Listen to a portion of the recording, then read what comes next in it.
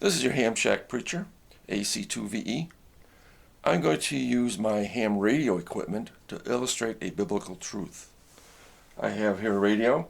It's got a lot of features, a lot of functions, do a lot of different things. However, I can get lost in the menus. Look at this. Push the menu button, look at the more menus. Hit this button, more menus. I can go all day on this thing. Trial and error, trying to figure out how it works. Here's another button. Push that, another one here. Watch what happens. Do this. Look at this. Push this one. Push that button. Whoa, we're getting more stuff. Okay. I can go here, there. Watch this one. Push this button over here. Now it goes even more things. That's the digital end of the radio. So that's a lot of functions I can learn. Now I can go through trial and error and learn this thing. How to use it, best way to do it. I can go to YouTube, a lot of videos there showing how to use it. I can go to the local ham radio club. Sometimes they'll bring a radio in and show you how to use things. But ultimately, when it comes down to it, if you don't know how to do something, you don't know which way to go, how to make a function work, you got to talk to whoever designed the radio. Well, the people that designed this radio wrote a manual. There it is, right here. There it is. Look at it all. Pages and pages, graphics, pictures, all kinds of nifty information that if you really want to know how this radio works and what to do, here's where you go. You go to the manual. Now, here's the illustration. The Bible is like the radio manual. I got a Bible here. Oh, this one here. It's the smallest, the New Testament version. Printed 1861. It's a Civil War Bible. One of my friends mailed this one to me. And it's just as valid today as it was back then.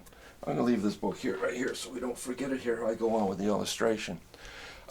This book, like the radio manual, is authored by our designer and is good for teaching truth and training in right living. Now, rather than living by trial and error, we have a manual to show us the best way to live. For example, here's a more specific we'll get. The Bible shows us our operational limitations. Just like this manual here, it prints in the back the specifications and things. It says that I need 13.8 volts plus or minus 15% to operate. Now, I can run this thing at 9 volts. Probably not for long, but it would work, and it wouldn't work well, but it would work for a little while anyway. But it would eventually self-destruct after a while.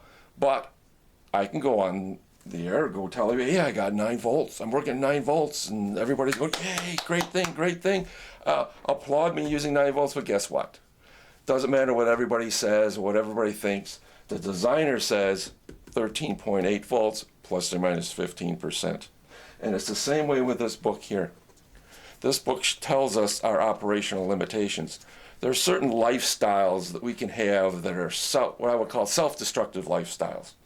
And it doesn't matter what anybody says. You can be living a certain way and everybody's clapping, yay, go ahead, proud of you, yay, yeah. But really, no, you're jumping off a cliff if you live certain ways.